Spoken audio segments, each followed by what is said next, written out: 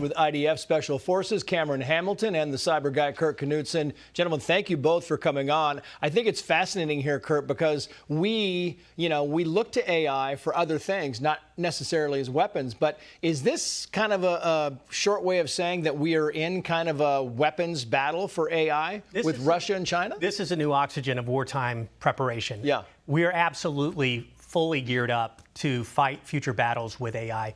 You can't live without having this at the front and center part of developing a strategy to protect your country, period. That's why everybody else is doing it. Yeah. It is a race. Yeah, it's fantastic to listen to these people and just talk about this because it's all kind of baffling, Cameron Hamilton. But I wonder if you think what one of the speakers said is that you have to dominate in this category before you can negotiate. You can't just let China and Russia get ahead of you. You need to dominate, and then you can talk about maybe containing this. Is that a fair assessment? I do. I think that is a very fair assessment. The way that we aggregate data and put information at the hands of the warfighter in a decentralized fashion is really compelling. So these tools have been around for a while. They've become more sophisticated and more advanced. Again, what we're doing is ultimately, at the end of the day, AI is a tool to empower the warfighter in remote and austere environments to make real-time decisions that have a better synergy with other resources and other logistics as it pertains to the war effort. So it's really incredible. We're also going to use this tool to have a minimization of unnecessary loss of life as it pertains towards friendly forces and many others, to target our enemies very well. So it's a really sophisticated tool that has to be implemented aggressively and to the full measure.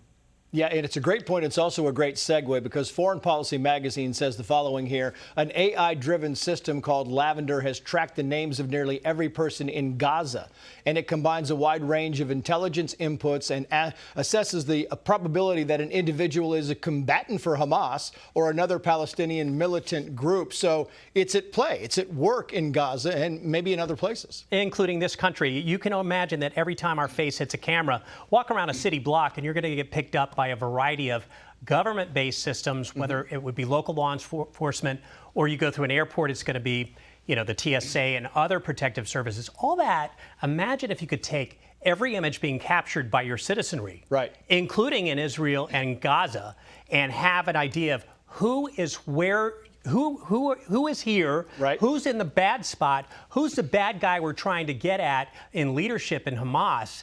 And suddenly you pour all that data into what is called Lavender, and then you put all your systems together of other intelligence on the ground, right, that human beings that are entering in saying, hey, I saw so-and-so here at 4:03 p.m.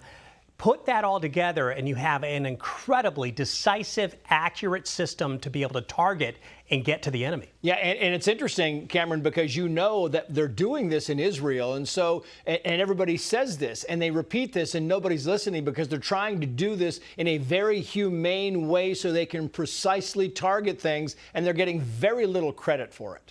Yeah, you're right. I think at the end of the day, it's another enhancing element that we're going to be empowering humans to make real-time decisions. I think the concern over these technologies running rogue is legitimate. However, that being said, so long as we keep actual living, breathing human beings in the central positions to make key decisions, to release missiles and things of that nature, I think that we'll keep it within appropriate safeguards.